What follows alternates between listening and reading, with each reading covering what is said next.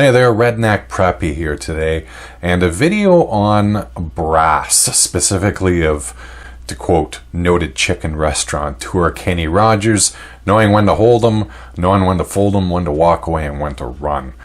Now, what does that mean? Well, in a couple of reloading videos that I've made over the past few years, specifically the tips for reloaders, and I believe the other one was specifically tips for reloading 303 British brass, I made a point of mentioning knowing when to throw away your brass.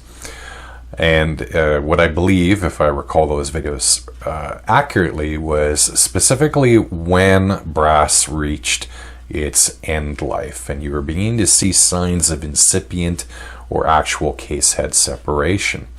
The reason why this came to mind was earlier this week I was out shooting my M96 Swedish Mauser.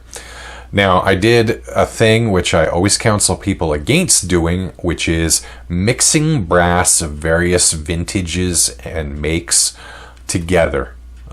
Specifically in this case, I had some brass ammunition that I reloaded with made from Sellier and Ballot cases, which came from a box of 20 or so that I'd bought back in early 2017, I think, and also some newer Preppy Partisan 6.5 Swedish Mauser brass that I'd purchased about a year later.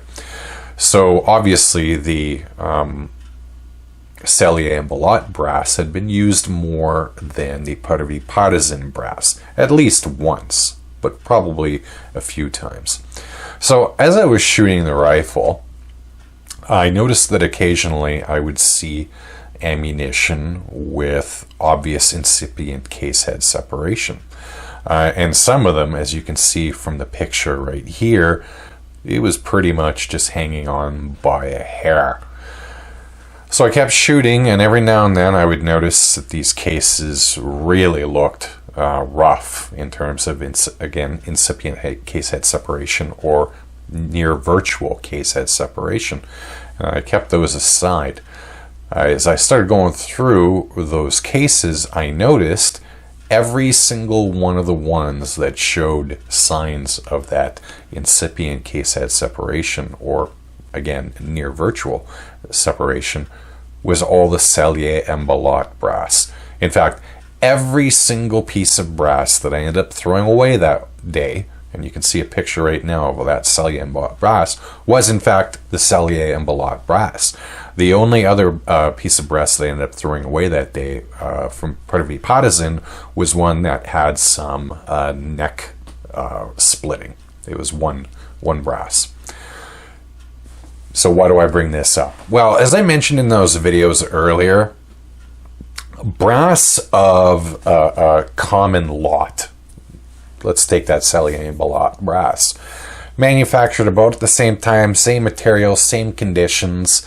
If you reload them consistently, they've all gone through the same, life cycle, and they all tend to fail fairly soon or close to each other in terms of time or use.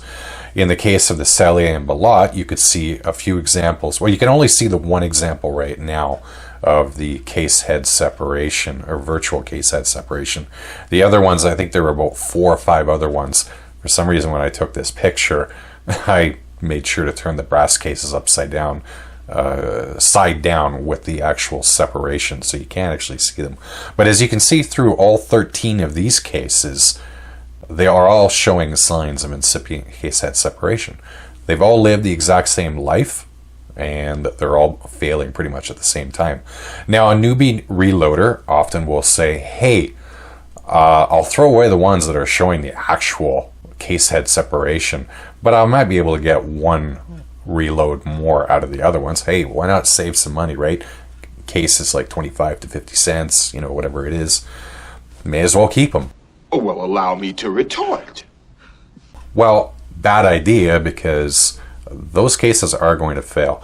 Now, you get lucky when you see incipient case head separation or that near virtual case head separation. But if you actually get case head separation when shooting your rifle, a couple of different things could happen. One, when you work the action to eject that case, the case head might come with it, but the case body is still inside the chamber. And those things are a pain in the ass to get out, especially if you've been shooting the rifle a while. The chamber is hot, the brass is hot, and it will stick like nobody's business to that chamber. And getting it out can be a pain in the ass. What could also happen is that the case could actually rupture while it's firing, and you, at a minimum, may get a unpleasant face full of gas. And I have had it happen to me. It's not fun. You're not going to die or anything like that, but it really is unpleasant. Or in the absolute worst case, your rifle's a piece of crap and you shouldn't even be shooting it in the first place. You could have some sort of catastrophic failure.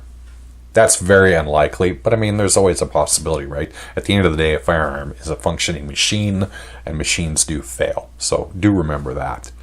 So don't do what I did when it came to this particular bunch of ammunition that I brought to the range that day. What I tend to do is I separate brass by age. That is, number of times it's been reloaded. So that Cellier and Ballot brass should have been in its own bag, marked with reloaded X times. And the Preppy Patterson should have been in its own bag saying reloaded twice, because I think I'm on my second reload of that partisan brass. That way you can keep track of, basically how long that brass has been around. And if you see that, one case from that batch has failed, maybe two, you can chuck the rest of it and feel guilt-free, and it won't get mixed up in with the stuff that you're going to get more life out of. So when you're reloading, try and keep brass of various vintages separated and packaged on their own, so that you can kind of keep track of how many times have you actually reloaded this. And it will save you from that potential face full of gas, or having to pound out a case body out of a chamber, which I've done, and it's really not fun. Or, again, that very limited chance, but you never know, catastrophic failure. So, don't do what I did. Listen to what I say, not what I do. Keep track of how many times you've shot your brass. Keep them separated by manufacturer and vintage. And do not hesitate to throw away the entire batch of brass, even if only one of those brass shows signs of failure, whether it's neck splitting, whether it's incipient case head separation, whatever it may be. It's really, at the end of the day, not worth it. Brass isn't that expensive. Might be a pain in the ass to try and source brass for more obscure calibers. Believe me, I've gone through that myself with things like 11 by 58 RD. Try and find that brass. It's virtually impossible. But at the end of the day, it's really not worth it. It's better to have a functioning rifle and a face that doesn't look all sooty from the gases than it is to risk for the sake of a 25-cent piece of brass. Anyway, like I said, a quick and dirty little video based on my experience, why I tell you to chuck brass, when you notice that one of the cases out of a lot has failed, because at the end of the day, it's not worth it, and just sound reloading. At any rate, that's it. That's all I had for today. I hope you have a great day. May all your shots ring true. In the description below, you got links to my Facebook and Twitter pages. Like and share the video if you care to. And if you enjoy the videos I do, feel free to subscribe. It helps the channel. It helps me and motivates me to keep going with this stuff. Anyway, take care. Bye-bye.